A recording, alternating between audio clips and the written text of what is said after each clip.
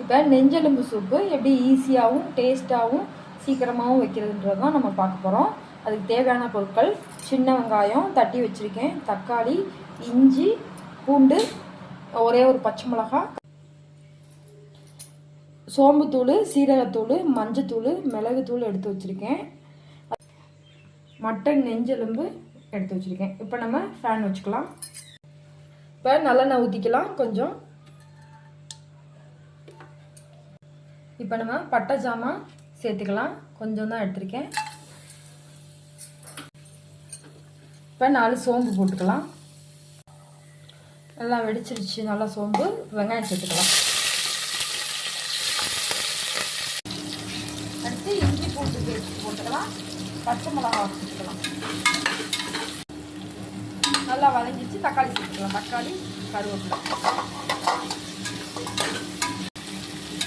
இப்போ நம்ம நெஞ்செலும்பு சேர்த்துக்கலாம், வதக்கலாம். நல்லா போட்டு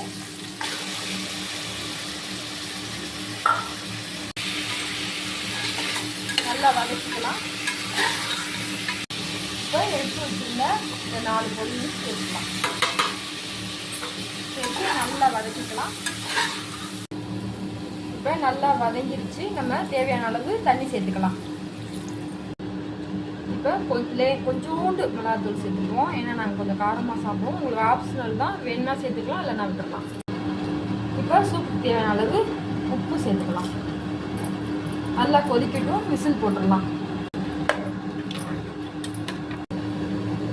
நல்லா கொதிக்குது, நம்ம விசில் போட்டு 5 விசில் வச்சுக்கலாம்.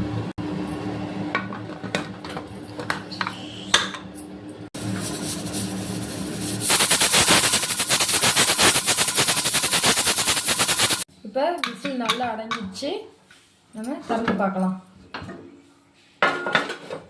நல்லா சூப் ரெடியாக இருக்குது. கொஞ்ச நேரம் லைட்டாக கொதிக்க விட்டு மல்லியில் தூவிக்கலாம். பாருங்க, சூப்பு தயார். பாருங்க, கறியெல்லாம் நல்லா பஞ்சாக சாஃப்டாக வந்திருக்கு, நல்லா வந்திருக்கு. இப்போ மல்லியில போட்டுக்கலாம். இப்போ நல்லா கொதிக்குது, மல்லித்தலை தூவி இறக்கிக்கலாம்.